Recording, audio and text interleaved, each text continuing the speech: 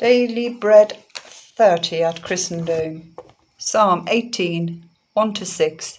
Job, chapters 19 to 21. And Matthew 21, 1-17.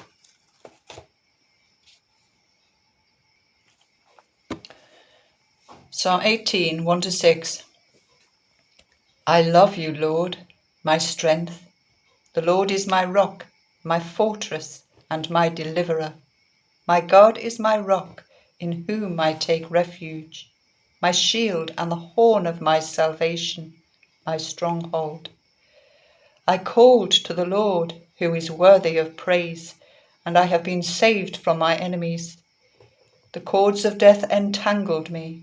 The torrents of destruction overwhelmed me. The cords of the grave coiled around me. The snares of death confronted me. In my distress, I called to the Lord. I cried to my God for help. From his temple he heard my voice. My cry came before him, into his ears.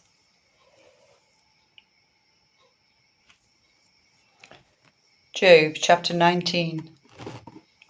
Then Job replied, How long will you torment me and crush me with words? 10 times now you have reproached me. Shamelessly you attack me. If it is true that I have gone astray, my error remains my concern alone. If indeed you would exalt yourselves above me and use my humiliation against me, then know that God has wronged me and drawn his net around me. Though I cry, Violence! I get no response. Though I call for help, there is no justice. He has blocked my way so that I cannot pass. He has shrouded my paths in darkness. He has stripped me of my honor and removed the crown from my head. He tears me down on every side till I am gone. He uproots my hope like a tree. His anger burns against me. He counts me among his enemies. His troops advance in force. They build up a siege ramp against me and encamp around my tent. He has alienated my family from me. My acquaintances are completely estranged from me. My relatives have gone away. My friends have forgotten me. My guests and my female servants count me a foreigner. They look upon me as a stranger. I summon my servant, but he does not answer, though I beg him with my own mouth. My breath is offensive to my wife. I am loathsome to my own family. Even the little boys scorn me when I appear. They ridicule me.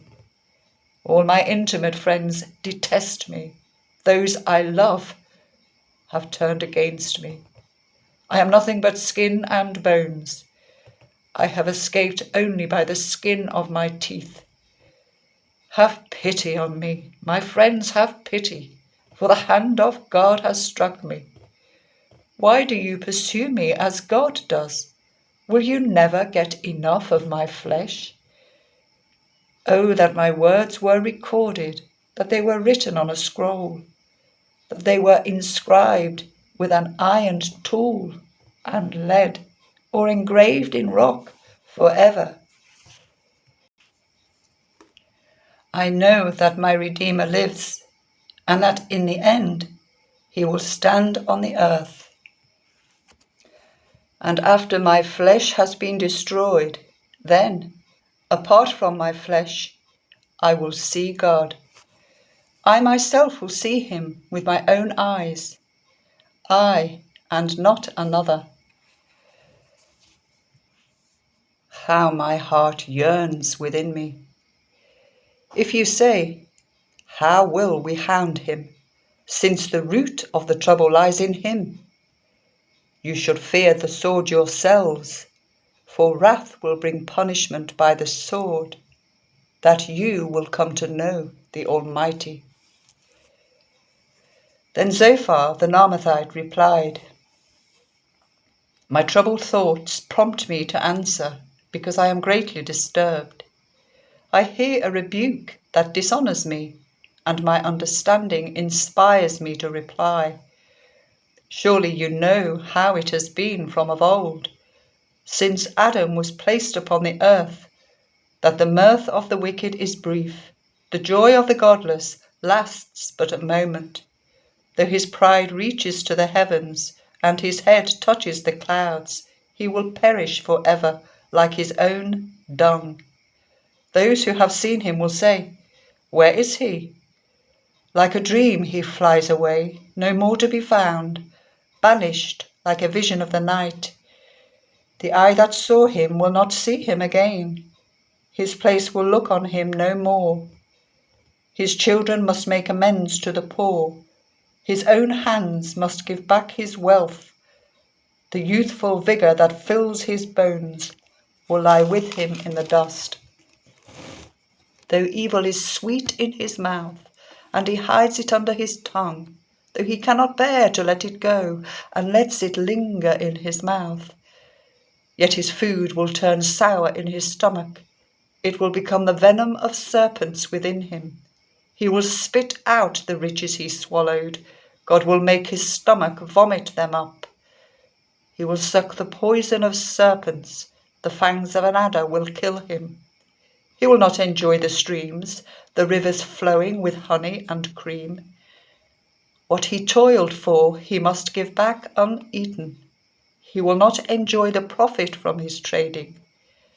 For he has oppressed the poor and left them destitute. He has seized houses he did not build. Surely he will have no respite from his craving. He cannot save himself by his treasure. Nothing is left for him to devour. His prosperity will not endure. In the midst of his plenty, distress will overtake him. The full force of misery will come upon him. When he has filled his belly, God will vent his burning anger against him and rain down his blows on him. Though he flees from an iron weapon, a bronze-tipped arrow pierces him. He pulls it out of his back, the gleaming point out of his liver. Terrors will come over him. Total darkness lies in wait for his treasures.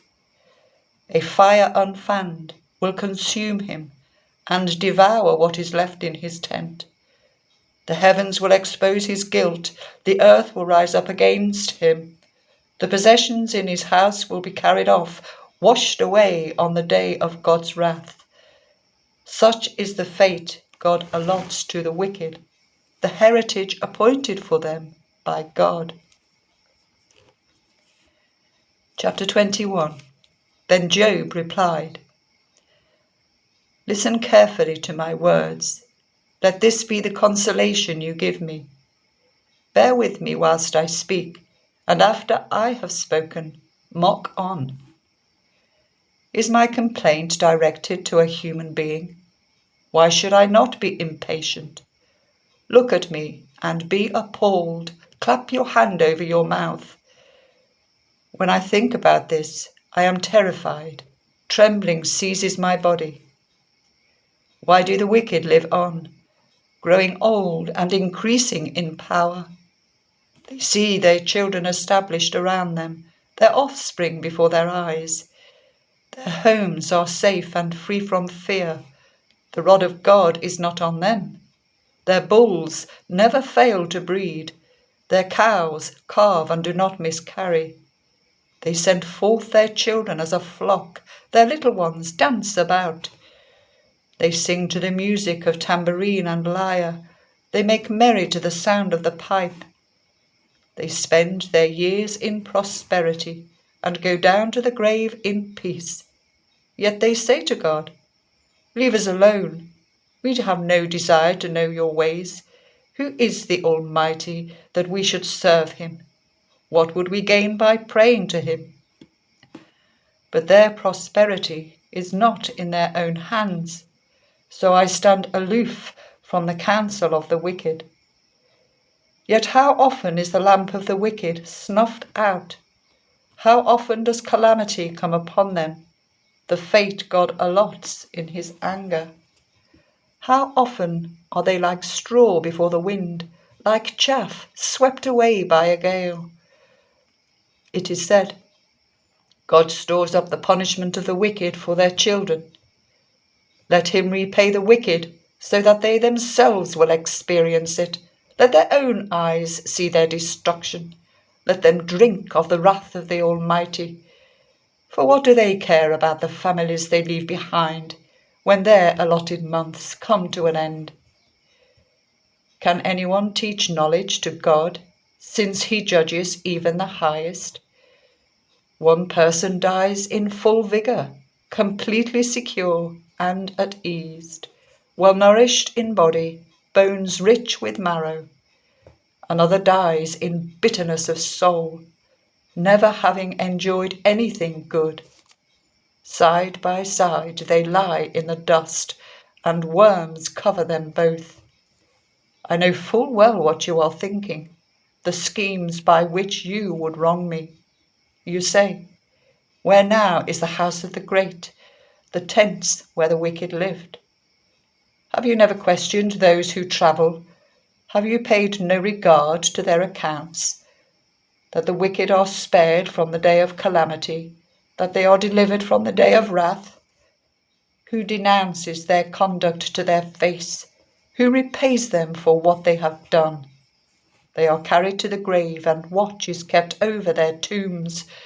The soil in the valley is sweet to them. Everyone follows after them, and a countless throng goes before them. So how can you console me with your nonsense? Nothing is left of your answers but falsehood. Matthew 21, 1-17.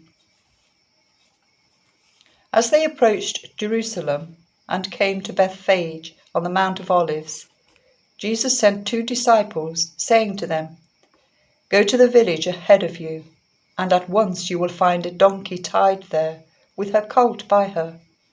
Untie them and bring them to me. If anyone says anything to you, say that the Lord needs them, and he will send them right away. This took place to fulfill what was spoken through the prophet. Say to daughter Zion, See, your king comes to you, gentle and riding on a donkey, and on a colt, the foal of a donkey. The disciples went and did as Jesus had instructed them. They brought the donkey and the colt and placed their cloaks on them for Jesus to sit on. A very large crowd spread their cloaks on the road, whilst others cut branches from the trees and spread them on the road. The crowds that went ahead of him and those that followed shouted, Hosanna, Hosanna to the Son of David. Blessed is he who comes in the name of the Lord. Hosanna in the highest heaven. Hosanna to the Son of David. Blessed is he who comes in the name of the Lord. Hosanna in the highest heaven. When Jesus entered Jerusalem, the whole city was stirred and asked, Who is this? The crowds answered, This is Jesus, the prophet from Nazareth in Galilee. Jesus entered the temple courts and drove out all who were buying and selling there. He overturned the tables of the money changers and the benches of those selling doves. It is written, he said to them, My house will be called a house of prayer, but you are making it a den of thieves. The blind and the lame came to him at the temple, and he healed them. But when the chief priests and the teachers of the law saw the wonderful things he did, and the children shouting in the temple courts, Hosanna to the Son of David, they were indignant. Do you hear what these children are saying? They asked him. Yes, replied Jesus. Have you never read, From the lips of children and infants you have ordained praise? And he left them and went out of the city to Bethany, where he spent the night.